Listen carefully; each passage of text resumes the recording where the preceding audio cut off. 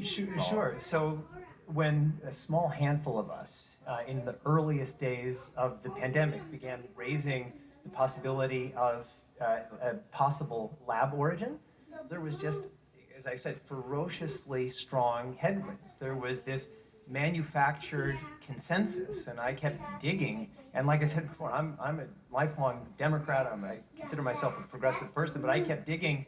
I couldn't find the justification for these strong arguments, calling people like me investigating, looking into pandemic origins in good faith conspiracy theorists. And it was very difficult. So we had a small group that formed later in 2020 that others have called the Paris Group.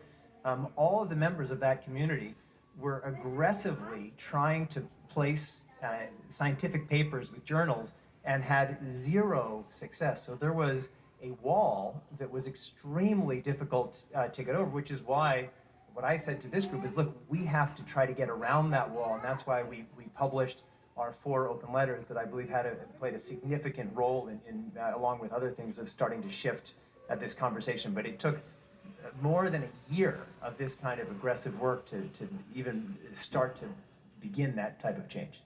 And some of that pushback came from our government too, is that correct? Well, it was mixed. I mean, certainly from what we've heard, there were leaders of the United States government who, Dr. Fauci had said he was open to all possibilities, but then the next sentence was the preponderance of science suggests a natural origin. I'm a fan of Dr. Fauci, but I don't like to scream at the television, but when I heard those words, I would say, well, no. That's not the case. That's not what the science, at least as I'm reading it, is saying. So what you were just saying, Forbes mentioned you as one of the first, as an ex-high official, high-level staffer for Bill Clinton, and then Senator Joe Biden, to say that SARS coronavirus was likely a Wuhan lab escapee. Why did you think that?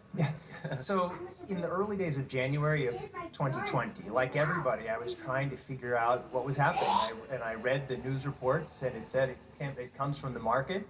And SARS-2 sounded kind of like SARS-1, and that seemed credible. But I had just been in Wuhan, China. And so I think a lot of Americans had this vision of Wuhan as some little market town where a bunch of yokels are eating bats for dinner every night. But Wuhan is China's Chicago. It's an incredibly sophisticated, highly educated, wealthy city. I knew that the Wuhan Institute of Virology was based there. I knew a lot about that background. I also had an understanding both of the science and of China.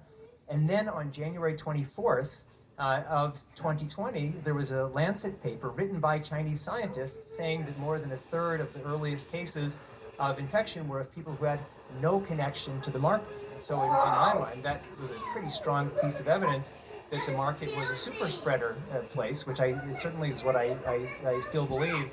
And that was when I started digging. And then in later February of 2020, I had all of these ideas I was developing. I went to South Africa for the meeting of our World Health Organization Expert Advisory Committee on Human Genome Editing, and this is with some of the top scientists and others in the world. And then privately, I was telling people, like, here is my private view. Here's what I'm seeing in the evidence. And there was a part of me that was kind of hoping that they would say, oh no, you're crazy. Here's what you're missing, because this is an uncomfortable hypothesis for many reasons.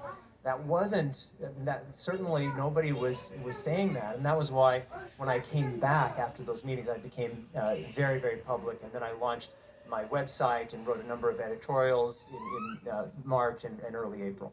I want to try to get another question. Yeah.